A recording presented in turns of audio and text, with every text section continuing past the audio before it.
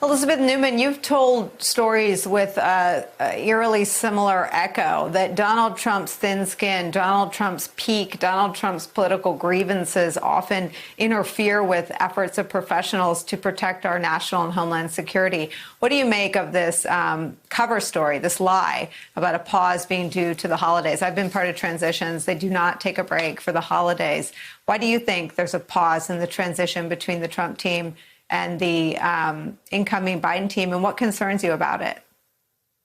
You know, the people, I agree with what Jeremy just assessed. I have worked with Chris Miller. He's a good guy. He's mild-mannered. I think the suggestion that perhaps some of the people on his staff may have done this and not fully informed him is very plausible. And I would hope that upon discovery, he does the right thing and reinstitutes all of the briefings, because there is no time to waste. They already are delayed by 3 weeks in a normal transition period, and we're under attack. We have a massive cyber attack that the military is involved in various aspects of responding to and discovering and understanding the scope and the size of the attack. There's really no time to waste, because this is going to really be one of the primary things that the Biden administration is going to have to address on day one. And cutting off conversations is just petty. But to the main point of your question, Nicole, that is what Donald Trump and the people that are sycophantic around him, they care nothing about doing the job of governing. They could care less if you have expertise in the subject matter. They care only about making Trump look good, making Trump happy.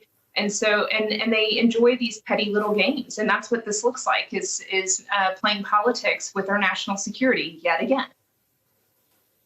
Do you think anyone has told him that he does not look good? He looks weak. He looks like Russia snuck in, got inside his own government, the one that he runs. Do you think anyone has told him that Putin's making a fool of him right now, today, Elizabeth?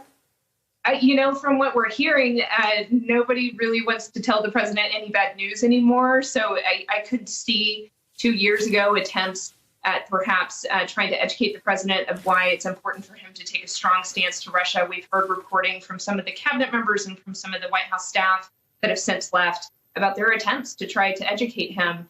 And he rebuffed. I mean, I don't have any evidence. I don't know anybody that has any evidence, but it just doesn't smell right. It feels like Putin has something on him. It feels like he is, he is compromised here. And there's no other explanation that makes sense about this particular relationship with Russia compared to all the other relationships. He cozy ups to dictators all the time, but there's something particularly concerning about the relationship with Russia.